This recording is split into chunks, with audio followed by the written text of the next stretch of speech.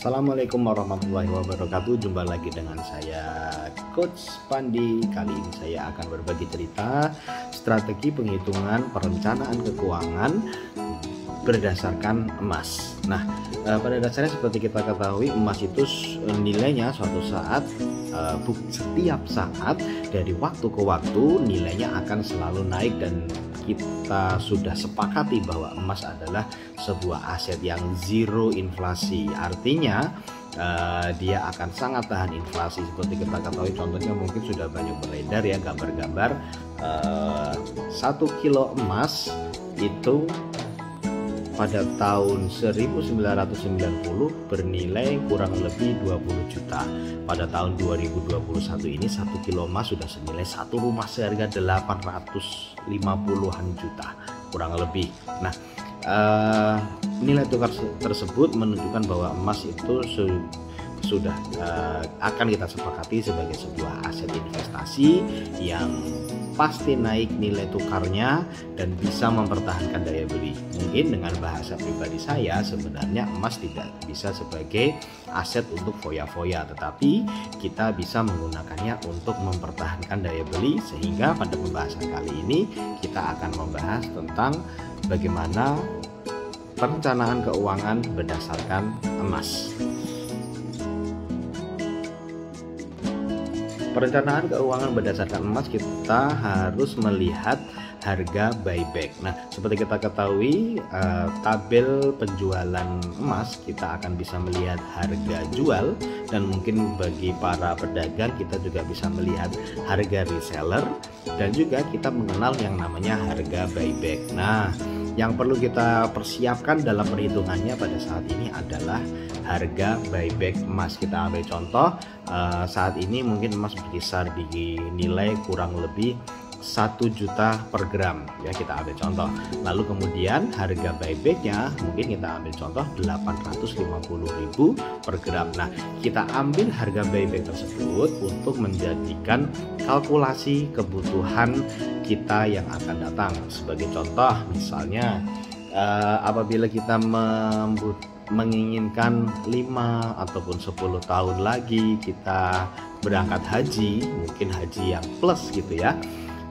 Saat ini pada tahun 2021 bulan Juli ketika video ini dibuat, kurang lebih haji ONH plus harganya 150 juta. Nah, angka 150 juta ini kita hitung, kita emaskan bukan dengan nilai harga jual tetapi dengan harga buyback. Nah, ketika kita sudah menghitung dengan harga buyback, misalnya ketemu sekian gram, hasil gramasi tersebut, nah kita coba hitung ya.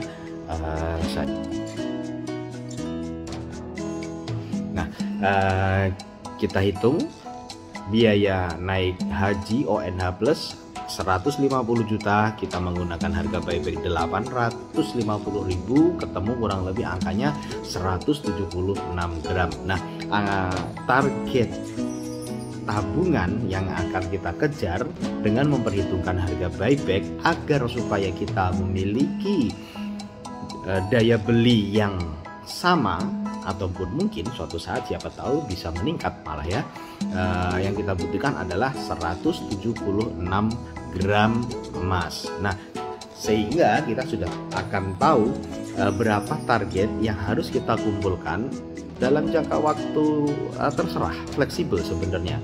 Tetapi namanya emas, semakin cepat kita mengumpulkan, semakin sedikit nominal yang kita keluarkan untuk mengadakan emas tersebut dibandingkan untuk periode yang lebih lama. Seperti contoh misalnya kita bisa menghadirkan 175 gram emas ini dalam 1 tahun dibandingkan dengan kita mengumpulkan dalam kurun waktu 3 tahun ataupun 4 tahun.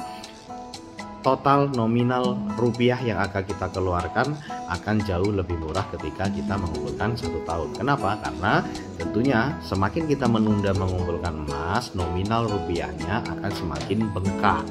Tetapi ketika kita sudah bisa berhasil goal mengumpulkan 175 gram emas, hampir dipastikan ketika kita mau berangkat kapanpun, kita pasti bisa membeli harganya. Kita bisa membeli, dalam hal ini sebagai contoh, kita pasti bisa membeli kursi untuk naik haji ONH Plus kapanpun, ketika satu bongkah 176 gram emas itu berhasil kita kumpulkan. Nah, gunakan perhitungan seperti ini untuk merencanakan kebutuhan-kebutuhan besar di masa yang akan datang. Bisa kebutuhan sekolah, kuliah, pernikahan, umroh, haji, dan atau apapun, dengan perhitungan buyback emas. Dan insya Allah kita semua akan mempunyai tabungan investasi aset dalam bentuk emas yang bisa mempertahankan daya beli kita di setiap masa. Demikian yang bisa kita sharingkan kali ini bersama Coach Pandi. Assalamualaikum warahmatullahi wabarakatuh.